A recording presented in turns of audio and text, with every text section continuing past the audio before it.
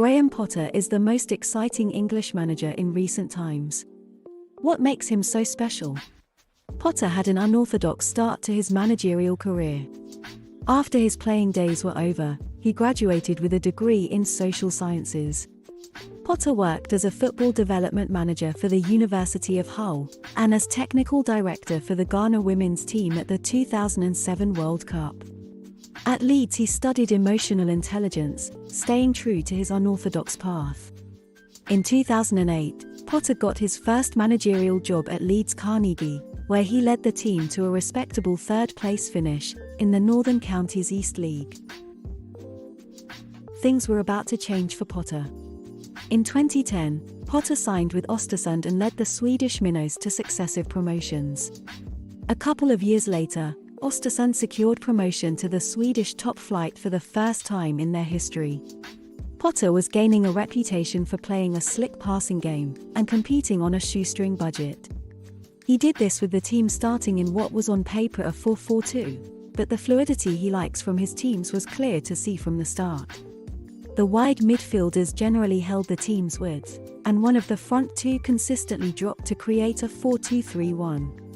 When he came up against deeper defensive blocks and wanted his team to be more adventurous, the team's shape resembled a 4-2-4, with their fullbacks pushing right up the pitch.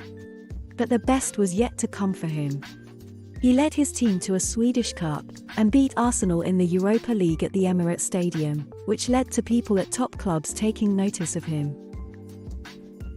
Potter returned to English football with the Swans.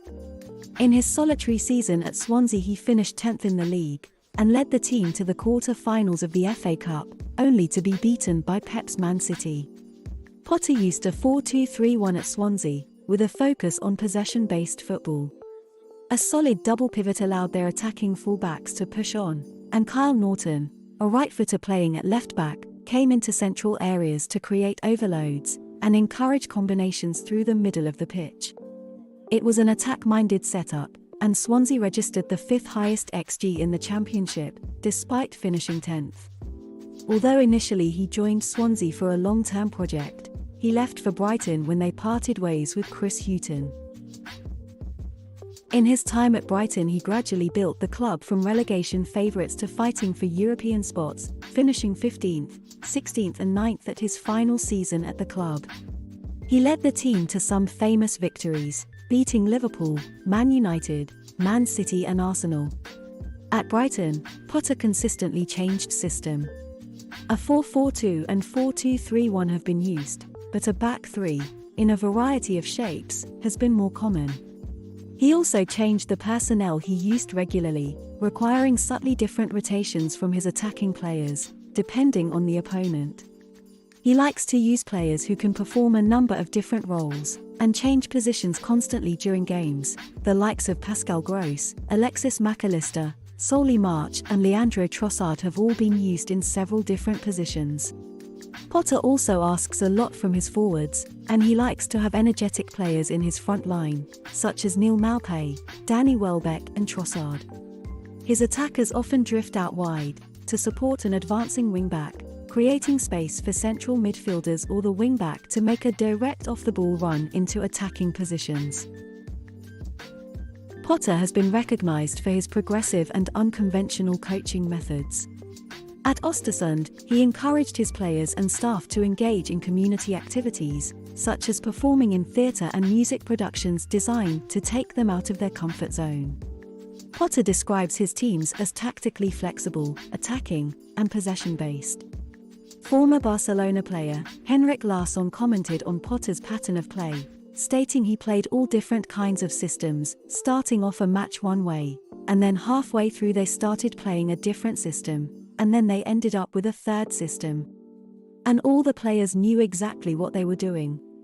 At Swansea, Potter used 10 different formations, and his team completed the most passes per 90 minutes in the Championship. As a young coach, Potter studied the training methods of Roberto Martinez at Swansea and became inspired by his possession-based approach, along with the holistic training principles he observed during his travels to Spain. Potter also cites the philosophy of Pep Guardiola and Raymond Verheijen's periodization model among his influences. Guardiola admitted that he was a big fan of Potter, saying that Potter's Brighton are a joy to watch, a joy to analyse, and that his players move with freedom, and everyone knows what they have to do. They have the courage to play everywhere. He has started his career at Chelsea with a modest draw in the Champions League, against an intense Red Bull Salzburg side. Potter set his team up in a 3-4-2-1 system, with Sterling as an advanced wing-back.